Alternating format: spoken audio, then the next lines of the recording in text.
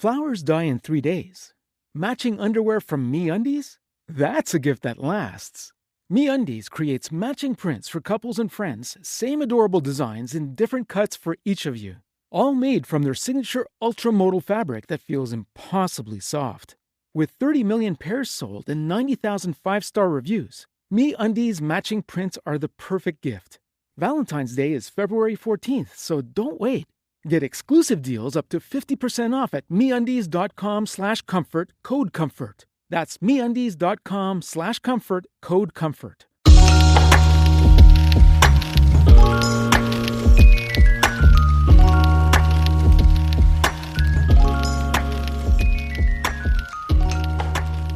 This is Stephanie Diaz de Leon. This is Omar Waheed. And this is Rob Chabel. And it's 365 Amplified. We're all back together after a while. It's really nice, Rob. Yeah. We only had 1 week. It was. I know.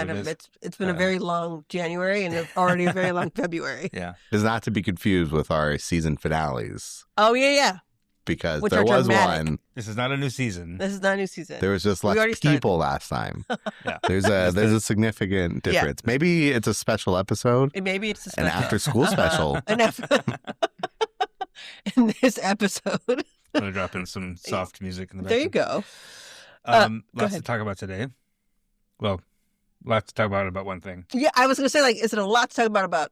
It's one big thing that has a lot of That pieces continues to it and that continues. is emblematic of a larger issue, I think is the fair way to say it. We're talking about the Harm Reduction Center that is now not going to go in on the east side because Wednesday evening, the Board of Health voted to indefinitely postpone the awarding of a contract to Kaya Clinic to operate a harm reduction center on the east side. And we'll do a quick recap on the background. Folks can read up on this, but basically the opioid settlement subcommittee was going to take some of the money that Dane County got from the opioid manufacturers in that court settlement, and they recommended allocating it to open a harm reduction center. And to allocate that money to Public Health Madison, Dane County, which is not the county board. It's got its own board. It's called the Board of Health. And this is a joint agency between the city and the county that does public health. And they just said the subcommittee wanted to allocate $2.4 million to PHMDC for that purpose. PHMDC put out a request for proposals to open a harm reduction center. 4 organizations submitted proposals, and a team of 10 people evaluated and scored those proposals and recommended Kaya Clinic, which has a psychotherapy, harm reduction focused psychotherapy practice on the east side. That was going to be approved in December. It was, as these things often do, it was just kind of on tracks to just go through. Alder Sabrina Madison represents the district where it was supposed to go in, kind of raised some red flags and said, the way you're describing this sounds like a day shelter because there's free food, there's showers, there's storage, which requires more planning, requires a conditional use permit, requires potentially increased police and EMS and emergency services. And so she was just like, can we pause a minute and plan for those things? And a lot of people got a little bit upset that, like, this is why things take forever in Madison because we overthink everything and we're dragging our feet. So they basically tabled it. They converted the January meeting into a public hearing on this issue. Between those meetings, we did some reporting on it, and we found that the Kaya Clinic had put in their proposal that they were led by BIPOC people who understand their communities, which was just not true. Yeah, or that they had BIPOC staff. They have 0 BIPOC staff. Yeah. Not only they said they were led by BIPOC people, that they had BIPOC staff already in place. Right. And the proposal did say that they were going to hire people of color to work in this thing, and they were going to subcontract with African American Opioid Coalition to hire a full-time peer specialist. We'll get back to that in a minute. And a couple other folks, a couple other organizations to basically staff up. But Skye Bowman, the founder of Kai Clinic, the clinical director there, deeply apologized for that issue. She claimed she didn't even know that line was in the proposal until I asked her about it. Yeah, I don't believe that. Well, how do you... Because she's claimed that ChatGPT wrote it. Right. Right? That AI wrote it for her. AI only writes what you give them. Mm-hmm.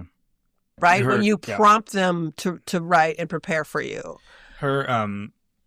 And from what I understand, you go back and forth with it, right? Like you go back and forth and like... Her explanation was that she didn't realize there was a word limit on the proposal. So she had this long thing and she had to cut it down to 550 words. So she asked ChatGPT to do that.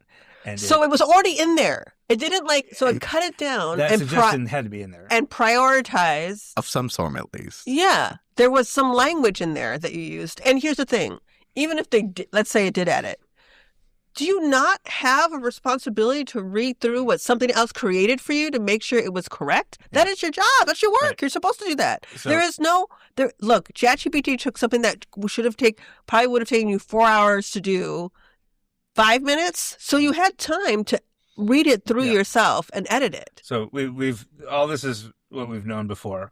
That at that meeting in January, a bunch of people spoke in favor of the proposal. Most of the clients and staff of Kaya had about a dozen or 15 people spoke against it for various reasons. And it was set to then be approved at a meeting on February 4th this week. Yeah.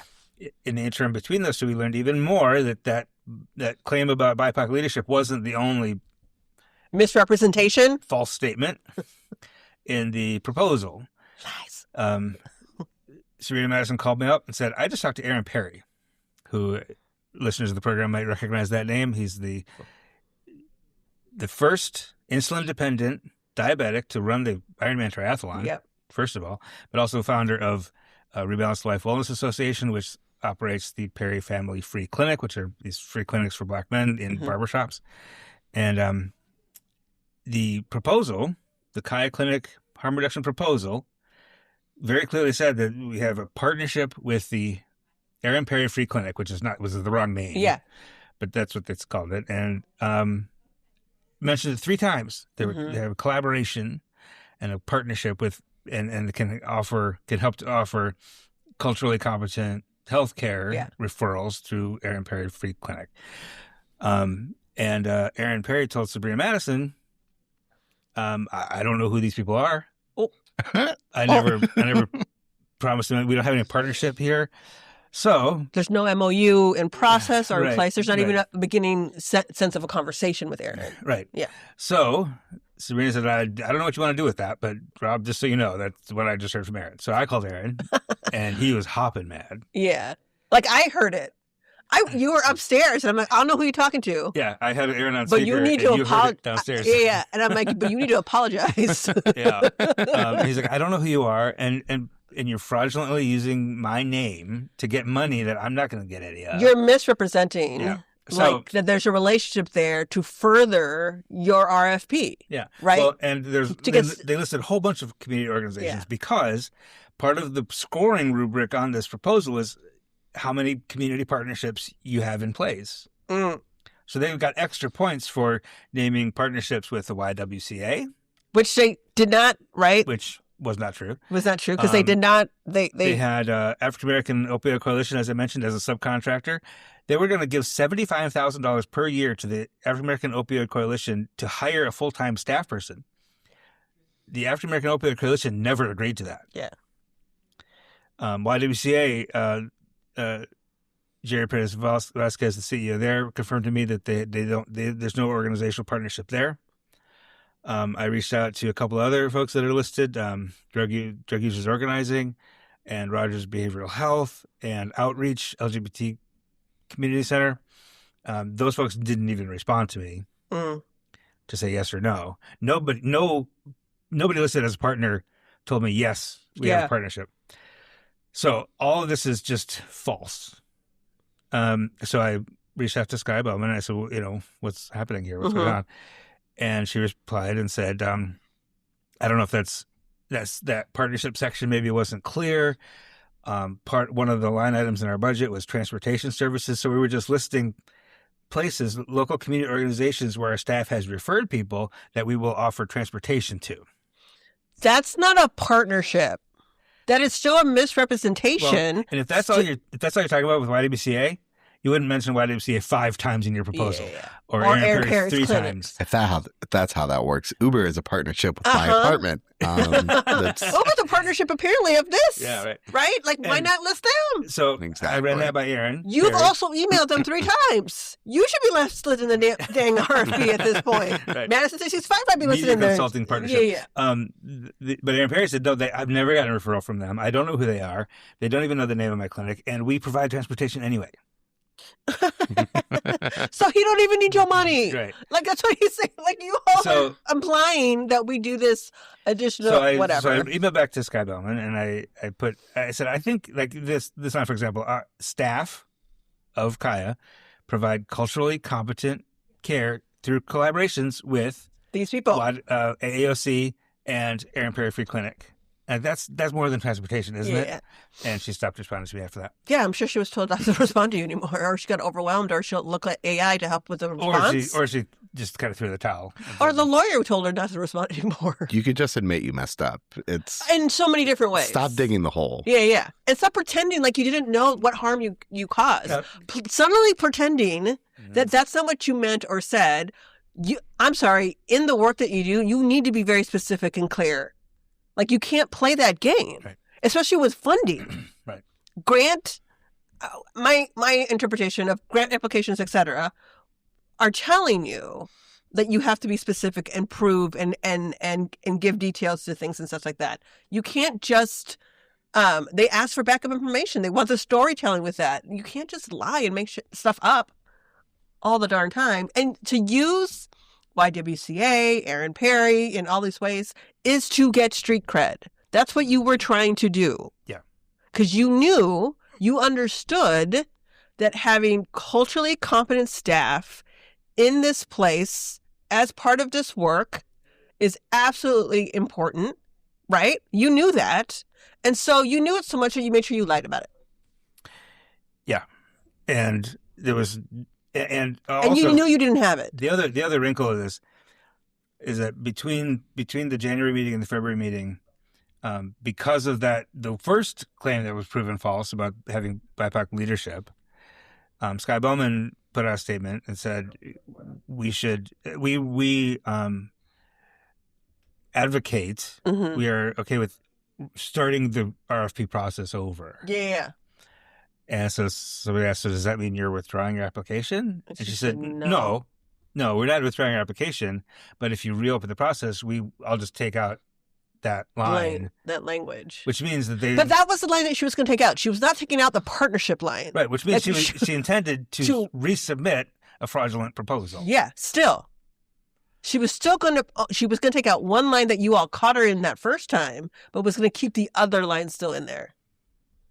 Which is incredibly problematic. The other part where you claim and use other folks' work to give you more street cred in that space. Now imagine if this was any organization led by a person of color. Right. The whole city. Everybody would be on the story. The whole thing would be on fire.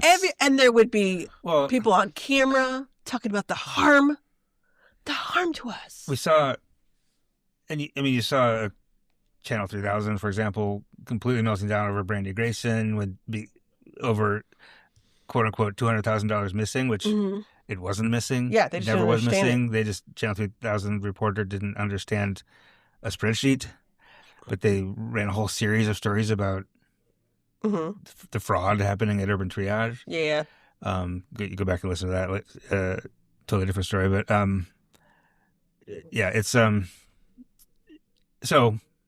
What came out of all this then is at the February 4th meeting, the Board of Health voted unanimously to indefinitely postpone this particular contract, which basically is a no vote, and it's dead now. But they did not just decide to redo an RFP for this center, right? What they decided to do instead was for staff, PHMDC staff, who are the experts in this stuff, to conduct a needs assessment and maybe issue a proposal in the future, or issue a request for proposals that maybe is a bit more specific. Well, and also check their work.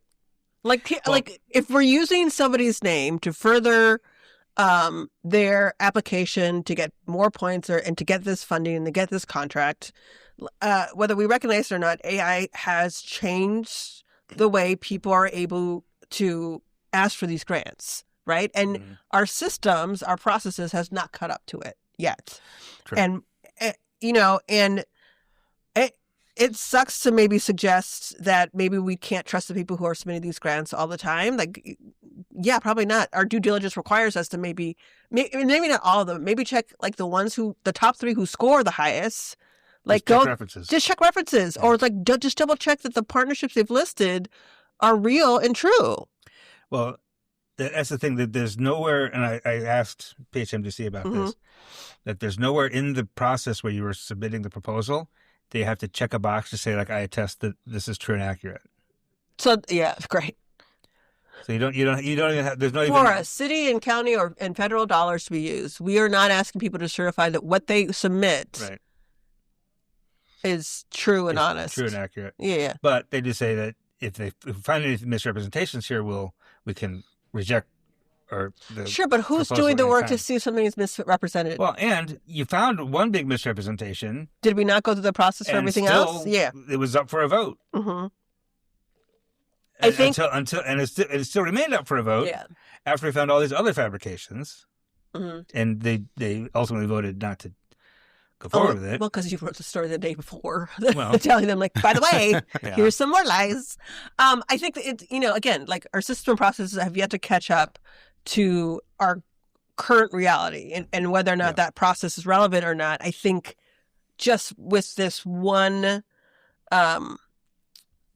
example, it's not, right? Like we do not yet have a relevant process. So besides just like we're rethinking, we're going to redo the RFP, like, are we also pausing to say, and at the same time, like looking at or discussing how we change that process entirely? Well, that's exactly what's happening right now. This is a public health Madison-Dade County contract, so it's not Dane County and it's not the city of Madison. It's this other entity. That said, County Executive Melissa Agard has issued a directive saying we're going to reevaluate our entire contracting process.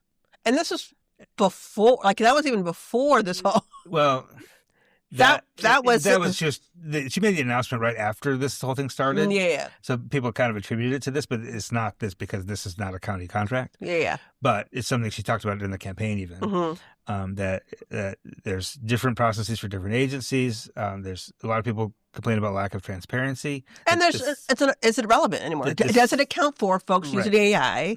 Right. And like, how do we fact check these proposals and such? Yeah. Yeah, because county contracts also generally either use federal, state, or county dollars that are taxpayer funded, whereas this particular comes from the opioid settlement, which is not taxpayer money, but still. It doesn't matter. It was still a settlement for the state for taxpayers and folks who were misled, or by being overly prescribed and then becoming addicted for these things. So they're like. They're citizens of that county and state who were harmed by this, by these companies. Yep. So there is a responsibility to make sure that how we're using that money is honest and transparent, right?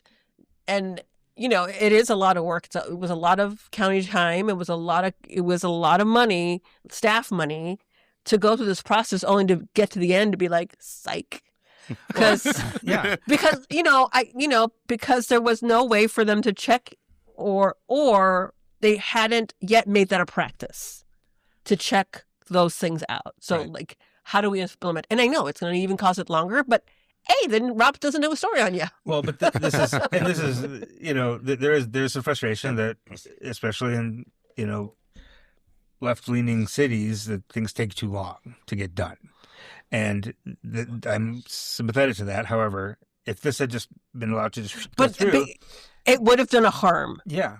And it would have consistently done a harm, and y'all would have, and then the county would have looked bad, and they would have started the process all over again even then, because it would have pulled that contract. Like, it would have ended up where it would have taken just as much, if not more time, actually. And it wouldn't have accomplished what the proposal set out to accomplish, because all the partnerships and all the subcontracts and everything like that would not have happened. They weren't real. Yes. And, you know, I think this idea and sense of like, well, we don't have time to pause. I'm like, yes, you do.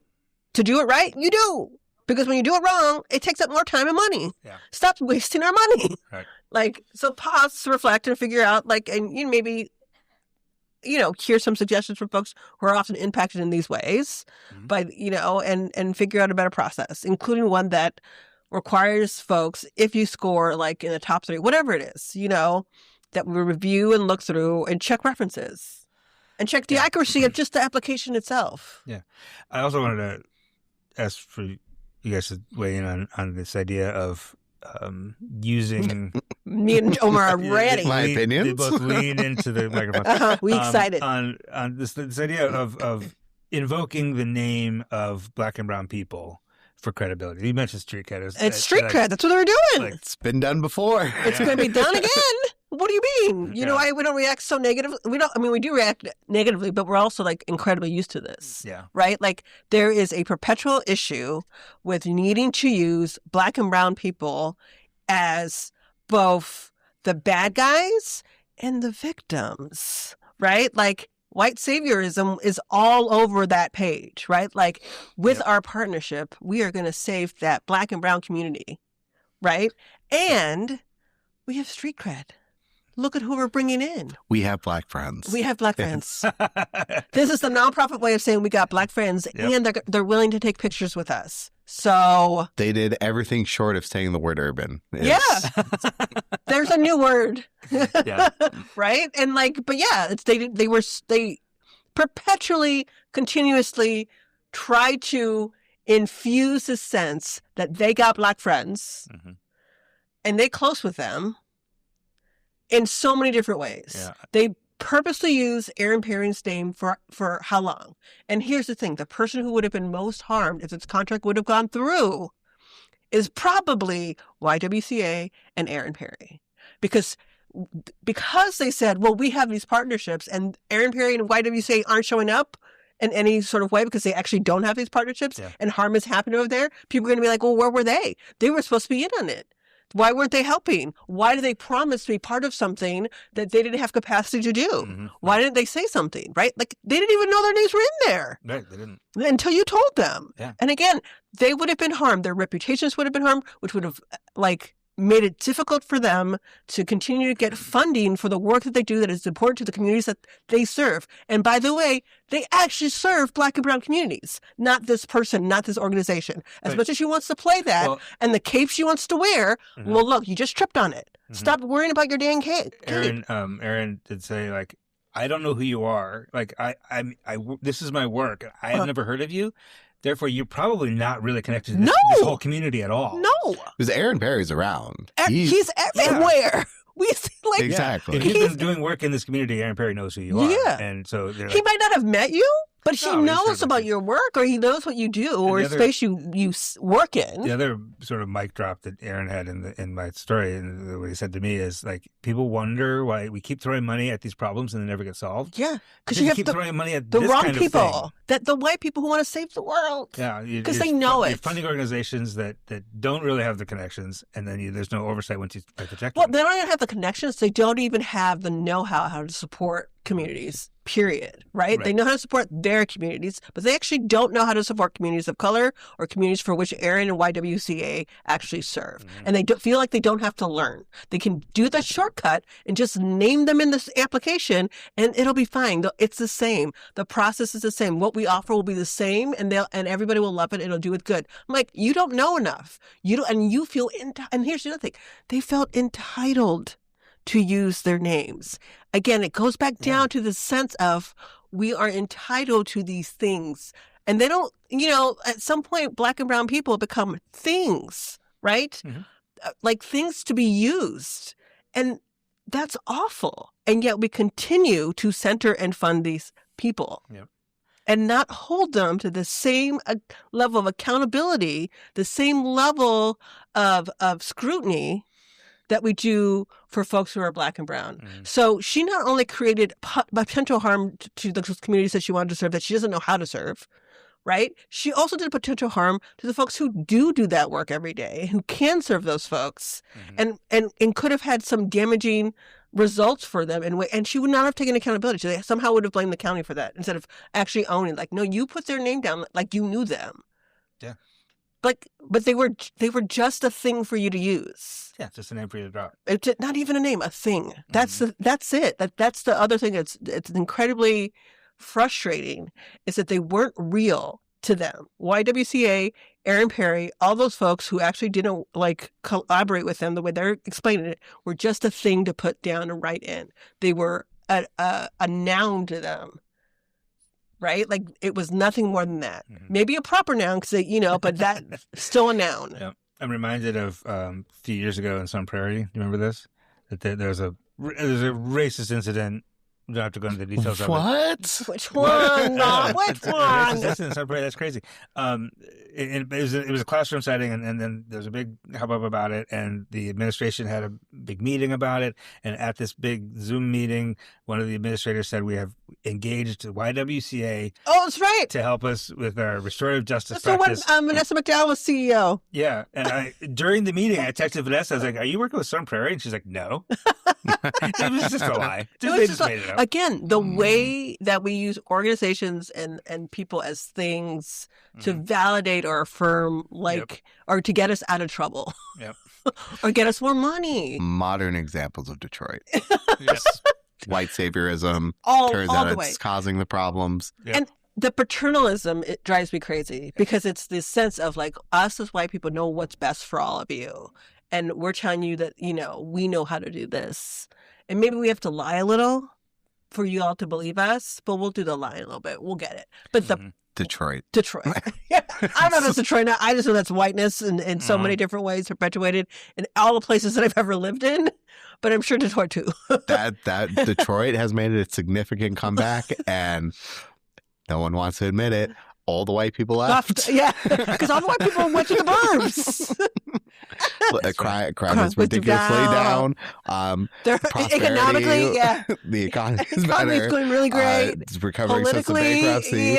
Politically, public safety. Yep. So, I'm not going to finish that. All right, in a couple of minutes, we're going to be joined by Iliyan Hoskins, who's a 13-year-old judoka from Madison, judo national champion. He's just back from his first international competition. I got to talk to him about that. That was fantastic. Before we get to that, though, Omar, you talked to Elena Terry recently, our friend of the podcast. Yes, Elena Terry, and we all love her so much. The chef. We do. And we all fangirl around her. Yep. Absolutely. And she's got a new thing happening. Omar, tell us about it. And the less morbid news, which is something I've been saying for the past 4 podcasts. Turn to Omar for the happier news. I know. Yeah, I love it. What do you mean? I can do the sad ones. This is more fun.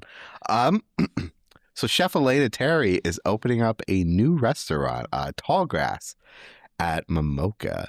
It's very exciting.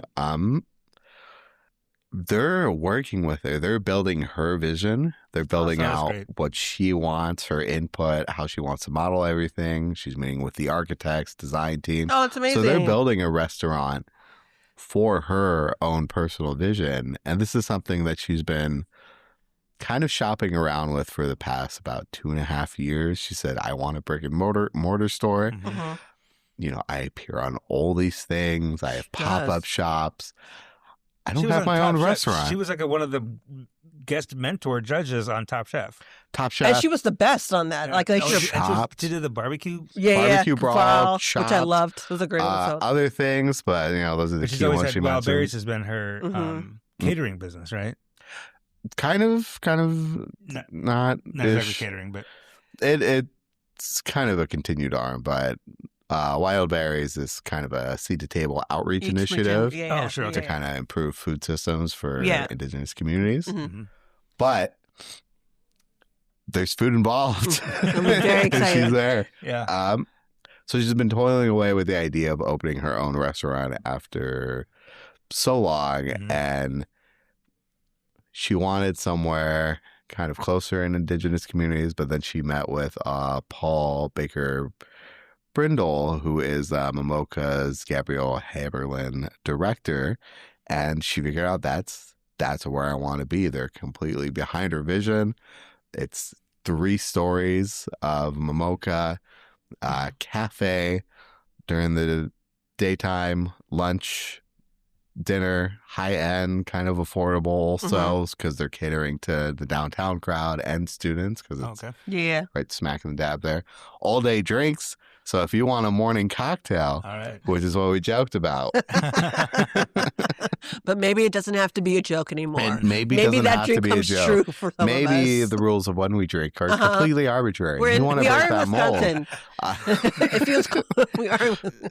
Be safe. This is not an endorsement, but let's move past this joke. Next part. So yeah, all day service. And going to do catering for Momoka's events. But also one of the things she want to hammer on is, yes, I'm an indigenous chef. Yes, there's going to be some inspiration behind that. But I don't want to tax food systems for indigenous communities. So she said, I can wholesale buy wild rice from the White Earth tribe in Minnesota, which is a great provider of wild rice. But that's going to impact someone else. In that indigenous community that's relying on that, because they can't get it for as little as me because I'm buying it wholesale. They're getting it for normal retail prices. So if I order 2,000 pounds of wild rice, that's 2,000 pounds that the community isn't getting. So I want local, sure, but I don't want to tax the people who are impacted. So that's a big part. And also she says, I don't want to do anything I can't make at home as a single mom. Oh, interesting. Okay. So, yeah, that's exciting. It's at the Madison Museum of Contemporary Art. And it's going to be, I understand where the gift shop was. Yes. Right. Which is exciting. Right between like their main gallery space and the hallway that is where Overture Center starts. Yeah. So, right. But also 3 floors. Of course. It's 3 floors. Yeah. Also, Chef Elena Terry is also going to be documenting the process on her TikTok. She is doing that. Yep. Oh, cool. So Chef Elena Terry is how you can follow and see like even menu development, like how she's going to figure that all stuff out. It's supposed to be on her TikTok. So she hasn't revealed what the menu is, but I'm so excited though. Yeah. She did say she wants to bring in some friends to kind of highlight their we vision can be for her some friends. Food. I'm saying we're working on that. We can be her friends. Bring her in for the podcast, Rob. So we can subtly suggest we can be your friends. Yeah. Whether you want to be ours, it's fine, but we can be your friends always. We are working on a cooking thing with her, so maybe we will become best friends. I know. Which is exciting. Fingers crossed. But also she wants to try to have some menu specifically catered to events, like when Hamilton was at the Overture Center. Oh, sure. Maybe like a Hamilton-inspired menu for the people who want to go see it. All right. That's amazing. That's incredible. That could be cool. So we'll go ahead and head right into that next to your interview, Rob, right? Yep. And then we'll be back with the final question.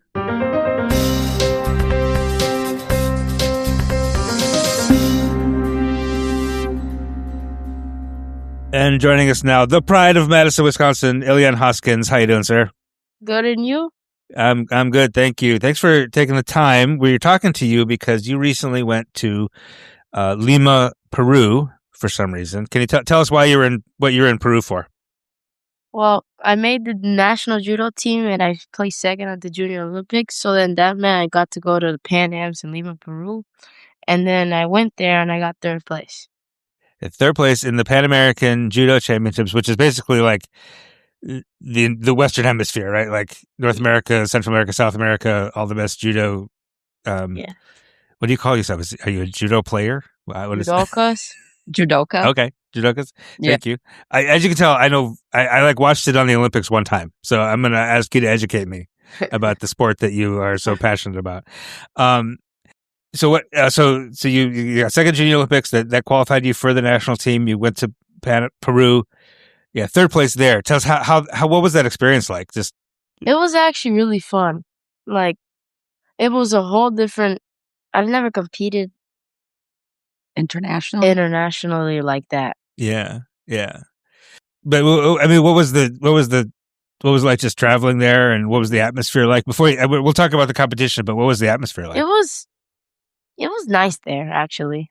Yeah. Because it's hot. It's hot there when it's cold here. Yeah. Oh, that's nice. Yeah. And he got a That's very chance to meet a lot of new friends from other countries, right? Yeah. Oh, cool. That voice you hear is Iliyan's mom, Ivanka. Thank you also for being with us. So then the competition. I think I read that you won your first 2 matches. Yeah. Lost in the semifinal and then came back and won in the 3rd place match. Is that right? Tell me about the competition. Was it a higher level of competition than you used to? Yeah, I'm not used to that kind of competition because over there, I usually know who I'm competing against because I watch the matches. But there in Peru, I don't know who I was competing against, so I just had to do what I'm used to. You had to do your own thing. Yeah. You couldn't adjust to them because you didn't know. But you were successful. You made it. I mean, you won your first 2. What were the first 2 matches? What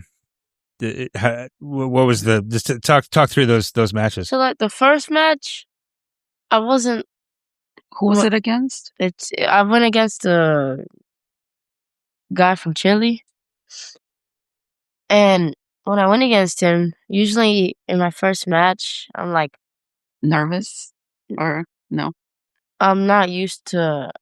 I need to get used to fighting, and then at the end, you got to work up. Yeah. You got to kind of work and up. then when I got at the end, with 5 seconds left, I threw him, and then I won. Yeah. So it was like jumping right in at the Yeah. highest level in the first round. That's not what you're used to. Gotcha. And the second match, I went against a judoka from Mexico. And in that match, then I got used to fighting like I'm used to. And then in a minute, I think I threw him. Oh wow, that's quick. Yeah. And then tell us about the 3rd place match. You're up. You're going for a medal at that point. Yeah. So the 3rd place match, I had to go against the judoka from the U.S. Oh. Yeah. So at first I threw him and I got a point. Uh-huh. And then it was he held me down, but he didn't hold me down long enough to get a point. Gotcha. And then with 17 seconds left, I threw him and I won. Awesome. So that was for the bronze medal, but Yep. The 3rd match was against the the kids Brazilian from Brazil that so you lost. the kid that I lost to from Brazil, it was kind of. It was a questionable call, but Yeah, because Okay. he grabbed me and we both landed on our knees, which is supposed to be groundwork.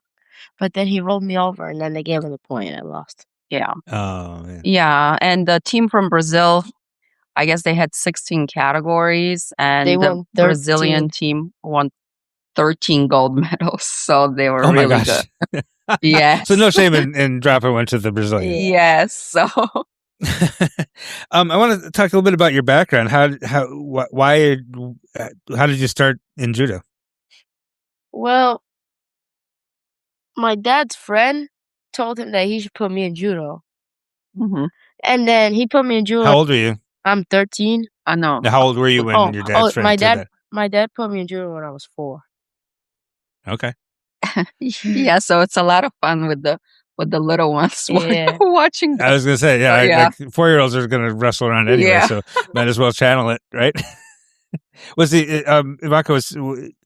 Did it make sense at the time? Was he a wrestling kind of kid? Yeah.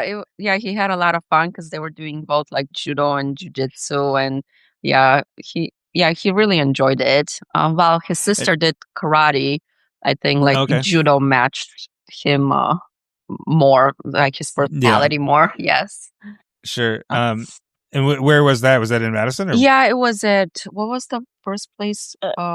Fight Prime. It was Yeah. at Fight Prime when he first started. I don't know if Fight Prime is I think it's still here. It was think on so. Park Street, I think. Yeah. Oh, okay. Yeah, and Yeah, with his sensei at that time, Milan. But then he opened his own school, so then he went there, and now he is at the European Judo Academy in Illinois. Right. At what point did either parents or coaches or senseis or you yourself, Iliyan, realize like, wow, I'm kind of really good at this actually, Well, and can kind of move up and could find better training I opportunities? think when I started winning my first state championships and beating all the kids, And when was that? 2017? No. Yeah, no. Yeah, I don't remember. Like he's been Like- competing like for so long. Yeah, it all blurs together after a while. But you're like, did you say you were like 7 or so? Like Even 5. younger, I 5. think. Yeah. Oh, really? You were winning like state Mhm. championships. Did they have state championships Yeah, for 5-year-olds? And then I won my first national championship when I was 5 too. Yeah. You won national championship at 5? Yeah. Yeah. Wow. Yeah. So Okay.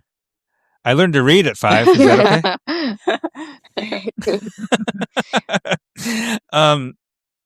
So then are you, do things kind of open up for you when you start winning at that level? Yeah, when and, I started and, like, winning, my gyms wanted you to come dad there? started to put me in more national championships, but then in 2020, COVID started and I couldn't compete. Oh, sure. So then in 2022, I competed in my second national tournament, and I won that when I was 9, Mhm. and then I won 2 more again, and then I won 4 national championships that year, right? mhm. So you're a 9-time Wow. national champion? Yeah. That's incredible. And then and you said this was your first international Yep. competition, right?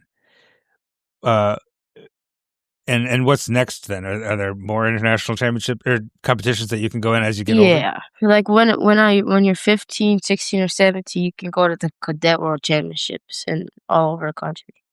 And there's Okay. different around the world Yeah. too, right? No, I mean Yeah. that's what I meant. Yeah, around the world. the world. Yeah. Yeah. Why are you so good at this? What is it about you that makes you the champion?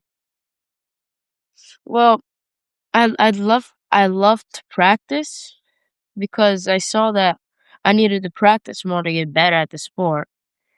And then I don't get nervous at tournaments. Like I don't say I'm gonna lose or anything. I say I'm gonna win. So then I have that determination to win. hmm And I would say he's also like very smart because judo, although it's, like a strength sport, like you have to be very strong, but it's always like a mind game, like how, like, so he really likes that. Just trying to, fight his opponent. Yeah. I talked with your sensei in Illinois before Mhm. you went to Lima, and I asked him specifically, what is it that makes Iliyan so good? And he basically said you just love it so Yeah. much. Like that's what Yes. makes you really good at it. Is you just love it. Yeah. Right? I do love the sport a lot.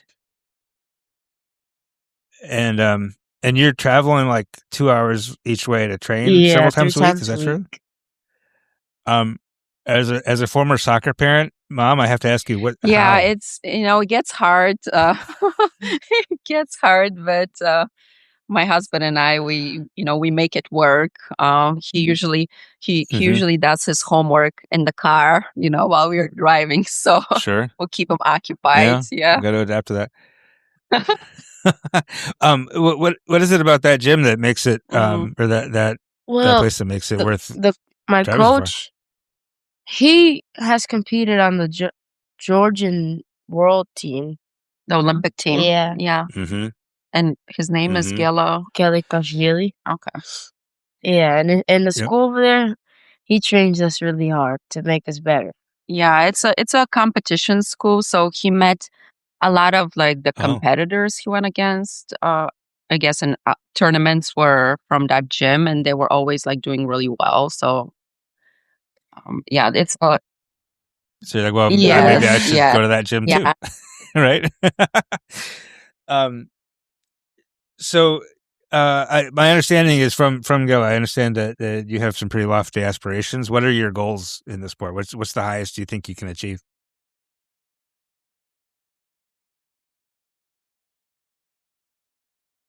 Like, Mhm. I How want to big are go you to the dreaming, Iliyan? Olympics. Mhm. Yeah. You want to go to the Olympics? That would be outstanding. What's the pathway Well, to then the Olympics in judo? you have to like be really good and be like top in the world, Well, and then you have to yeah. go to the Olympic team qualifiers. Then I think you have to get first there in your division, and then you get to go to the Olympics. Mm-hmm. How Yeah, is there a minimum age? Like at 15. what age can you start Yeah. actually trying for that? 15? Okay. But if you're winning national championships already, like that seems to be within the realm of possibility that you Yeah. would win a qualifying tournament. For listeners who are not watching, do not see this, the smile that just appeared on Iliyan's face, just thinking about that, was magical, absolutely magical. Ivanka, how do you feel like seeing him be so successful at this sport? Are you and your husband athletic No, people, not or is this really. like I mean, my husband did, I think, taekwondo when he was young, but and Wrestling wrestling too. Yeah, so that's more of him. Sure, But yeah, I feel really proud, and I'm very nervous when he competes, but I have to, I think I'm more nervous than he is. But probably yeah, a but lot? Yes, I yes. feel really proud of him, and just putting in the hard work, and even sometimes when he doesn't win, it's okay. I feel like it teaches him how to handle not winning, right? How to handle losing a match, which Sure, builds his character. So sure, yeah. Um, do you have a sort of a support network that helps? mhm. I mean, this is a big undertaking for any family, Yeah. and it's a long-term undertaking. So, I mean, what can the community do to support you as you Yeah, I try to mean, move on? we do get like support, I guess, from the judo school, like our immediate family here. But my husband and I are the main drivers Mm-hmm. here. But yeah, like so Yeah. yes, And drivers, yeah, you mean literally like driving the car to yeah, but definitely Illinois? because like the judo, the USA judo, like financially they don't like really cover anything like maybe for like other sports. So everything is on Mm, the parents. So all of the travel expenses, everything like that, regardless of what type of tournament it The is. only Mhm. time they actually pay for you is like at Pan Am's. If you get first, they reimburse you what you paid for For your your flight. flight. Yeah, but Oh. it is a sport that the the family pays for everything. Yeah. hmm Yeah. That's yeah, that's rough. Yeah. It's a lot, right? Well, listen, Leon, what's your Yeah, I have what's next up for you? Do you have national another championship competition in coming up? March. The junior nationals Where's that? in Kansas. Junior Kansas. Nationals in March. Where's that? It's in Kansas. Okay. Well, we will be paying attention. We'll want to know how you do. And yeah, we'll maybe talk again after that. But Iliyan Hoskins, Ivanka, thank you so much for your time Thank today, you. and best of luck at Don't- Nationals.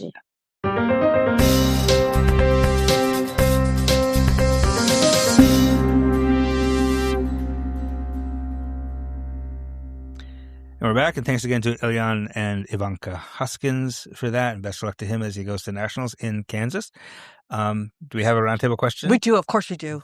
Hi, friends. So my question is, what is a minor or everyday inconvenience, that everyday inconvenience part being for Rob? Because he's like,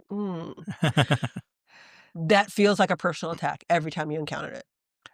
I do. And Omar's ready. Omar's ready. I do live a very Larry David-esque lifestyle. This is why I thought it was, you both do in different ways. This is why I thought it was perfect question when I thought about it. Everything is an inconvenience. Everything is an inconvenience. But more specifically, let's do something about words. When people say anyways with an S, which I've talked about this on the podcast, I think You've 2 or 3 already- different yeah. times, I feel personally attacked because that's not a word. It's not And a to thing. remind the listeners why. Please remind us. Any already implies multiplicity. So to add an S at the end of way to make it anyways is a redundant word. The word is anyway because it's already plural. It's singular. It's everything. It's everything you need. It has covered all of the bases. And when you add an S at the end and I hear it, I feel personally attacked because I have to correct you. And so that becomes an inconvenience. That's your burden to correct them. Someone has to do it. Someone should. Because you care. I do. You care. That's what's the most important thing. All right, Rob. The inconvenience that feels like a personal attack to me personally. Yes, I said a personal attack to you. This won't be relatable to very many people, but I'm sure people have similar situations in their neighborhoods, in their lives. Somebody trying to turn left from 4th Street onto Main Street in Mount Horeb between the hours of like 7:30 and 9:30. I don't know what that means. That means that I can't get onto Main Street because you're sitting there for an hour trying to turn left because there's no light there. Yeah. There's a lot of traffic there at that time of day. You cannot turn left there. You'll be okay. I know I will, but it's still. It feels like a personal account. Because we live on 4th Street, so and I always turn into my thing. No problem. Our main way to get to I get in and out, no problem. I turn left all the time because I know how to hustle. Well. They will stop. I don't wait that long. I get in. Yeah. Because I know how to. But this has been the case for skills issue. 40 years. Nobody's been able to turn left right at that intersection. All you got to do is turn right, go down to the roundabout by Cook Trip, turn around and come back. That's all you got to do. Or just go the other way and on the block. He's just so angry. But when I'm sitting behind you and I need to turn right and you're trying to turn left, I am attacked. Every time. I'm harmed. You are harmed. I understand this. It is okay, look. I don't think nature is personally attacking me, but I do feel winter is. Yes. Winter, and this is why I thought of the question. I'm like, I don't know what winter has, why we have a beef, but it's too cold. I know it's getting warmer this weekend and everyone's going to be like, blah, blah, blah. Winter is great again. I'm like, no, it's not. It's a lie. Just a lie. It is too cold. Literally, there was one spot of ice. I had dinner with a friend yesterday. There were not one, but there's 2 spots of ice and an otherwise clean, fine sidewalk. And we both stepped on it and we both almost slipped. Everything else around us was good. There was no other pieces of ice, but there was 2 pieces of ice right on that, very small, and we almost died. So I'm just saying, winter just needs to be over because it is personally attacking me, and it's not right. Right. It's just not right. Honorable mention, QR codes. If you know, you know. If you know, you know. You're still printing that out somewhere. You could have just printed out a whole menu. Yeah. You mean is it very specific QR codes at just in general at restaurants or and if everything? It's not a digital existing one and you printed off a QR code, you could have just printed off that whole thing. Yeah. Right. Yes. But especially the menu. Yeah. So. Yeah. That brings up a whole other list of inconveniences. He felt it in his soul. When you're at a restaurant, the heaviness was in his Flick's heart. Brewhouse does this too, where you are supposed to order on your phone, but in order to do that, you got to hit the QR code, and then you got to create an account, and then you got to do 2-factor authentication, and then why do I also have to create an account for everything? But then you realize you created an account 2 years ago, but you have no idea what the password is, so you have to because we don't go there that much. Then you have to click forgot my password. You got to reset your password, and then by then the movie's over. Mm-hmm. And all we wanted was popcorn. I have 10 different passwords and I cycle through them. Yeah. But I don't know which order. Because each one is different when they require you a new password. There's slight differences, but not every password. It's being every password might be all 10 of them might be used in 10 different accounts. Yep. And some of them have an exclamation point. Some don't. Some have a capital letter. Some don't. And then when you try to fix it, sometimes it deletes the whole password. Yeah. Instead of letting you just backspace a couple. Do you know what marriage is? Not having to create those passwords anymore so that your partner does it for you. I had stopped making. I finally was like, gosh, there's so many passwords and blah blah. I was like, I don't want to make one. Hey Rob, what's the password for the Netflix account? That's the password I'm going to use for this account. Period. Done. Yep. Marriage is being in a relationship and partnership means you don't have to make those passwords anymore. Make your other partner do them, and then you steal theirs. That's the whole point, right? Yep. Gonna get married exclusively for that. For the passwords. All right, friends. We'll talk to you later. 365 Amplified is produced and edited by me, Rob Chappell, and is a production of 365 Media Foundation, a nonprofit, local, independent media organization in Madison, Wisconsin. Wherever you're listening to this right now, hit the subscribe or follow button to get new episodes every Friday. And between episodes, get your latest news at madison365.org and follow us on Blue Sky, Facebook, Instagram, LinkedIn, and Threads. Wherever you get your news, we'll be there.